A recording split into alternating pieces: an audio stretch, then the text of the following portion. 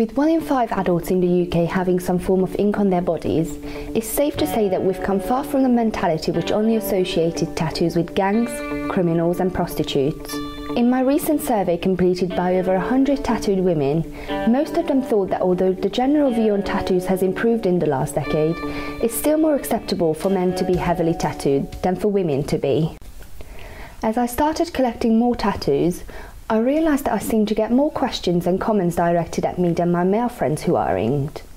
An encounter at the studio of my local artist, where she was mistaken for being the tattoo guy's receptionist, has really sparked my interest. I wanted to explore the relationship between women and the tattoo industry, focusing on how the industry is changing and the different stereotypes tattooed women and female tattooists experience. During my research, I stumbled upon an American sociologist, Beverly Ewan Thompson. Beverly has studied the subject of women in the tattoo industry for around 7 years. During this time, she interviewed 70 women who were both female tattoo artists and collectors. She then used the material to create her documentary Covered and her book Covered in Ink. Her main question as a heavily tattooed woman herself was to see if others had similar experiences as she did, especially around social interactions. Yeah, as a heavily tattooed person myself, I've definitely dealt with stigma throughout my life. My mom is from Hong Kong, so Asian cultures definitely are, I think, the most stigmatizing towards tattoos. They definitely associate it heavily with criminals, criminal culture. And Asian women in the United States are really stigmatized as being submissive and feminine and proper, and the model minority myth.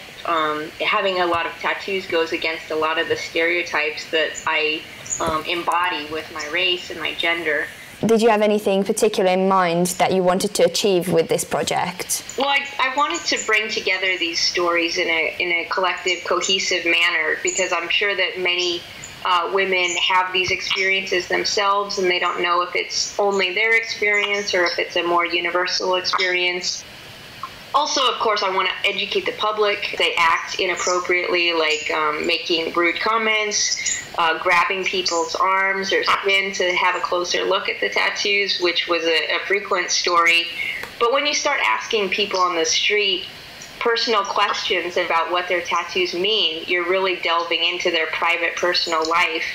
And just because someone has that image tattooed on their skin is not actually an invitation to the public to touch it or look at it or ask questions about it. Beverly believes that the appearance of tattoo conventions and the growth in their popularity has been a major change in the industry. There's so many conventions that happen in the more recent decade. Definitely around the world, there's just hundreds and hundreds of them, and so that's a big change too. I mean, the old school tattoo artists didn't have a lot of conventions that they could attend, and so they were a lot more tight-knit group then, and there's a lot fewer of them. After my chat with Beverly, I became very intrigued. Since the Ink and Iron Tattoo Convention in Birmingham was only a few weeks away, I decided to experience a convention myself. Perhaps the number of female artists and attendees was even higher than the male ones, and I wanted to see why they enjoyed these sort of events. It's just to appreciate the artwork, like an artist to go to a gallery, really, or a museum or something. Just yeah, it's a really good culture and getting to know new people from different. Yeah, it's just love it. Get to learn a lot as well, and see all different styles and stuff. This gives a chance for local artists to get to know faces of different studios. You get to see work in progress, so it's quite cool for everyone to sort of relax and have fun, buy artwork, trade artwork. And as well, I got tattooed someone from Luton today, so I didn't even know that shop existed. Got a sassy leopard. And I've been wanting a leopard in that spot for a year, and I just saw it and I was like, I need that there. My aspect from it's more socialising with other tattooists, like that, obviously bringing a lot of tattooists together that are from further away or local. Because it's all like-minded people, I think, and you get a sense of community from it as well. I was rather interested to hear their views on whether society has become more accepting towards tattooed women and female artists. There's a lot more women coming about. Obviously it used to be quite selectively men, so yeah, it's great. Damn, it's great. There's a lot of good women artists, yeah. Yeah, Not as much as I'd hope, to be honest. I've actually been fired from a couple of jobs when they found out that I have as many tattoos and things, cleaning jobs, cleaning toilets, and yeah, the manager saw my hand tattoo and I lost my job the next day. So yeah, it's kind of been a bit of a struggle, but now I'm working in the tattoo industry. It's great. Just have them on my face, or if I want to, and it's fine. But yeah, it's still not quite there yet. I don't think it's like, especially work-wise.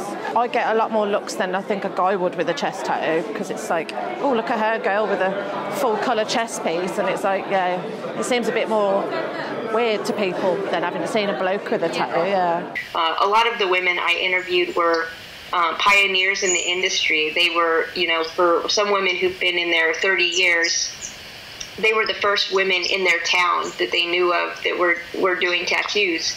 Whereas nowadays, you know, they'll complain about, you know, how their town has 40 shops or 50 shops and lots of competition. While you interviewed all those women, did you notice any sort of patterns that kept coming up, or anything that most of them seemed to mention? Well, the women definitely mentioned sexism related to their tattoos, as far as the public feeling that tattoos were not feminine. And so while they were challenging the women collecting tattoos and having tattoos, they would also challenge their femininity.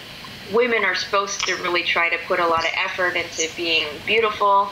And so when you take that effort and put it into something that is making you ugly, as they think, then that's seen as really a transgression of your role as a woman.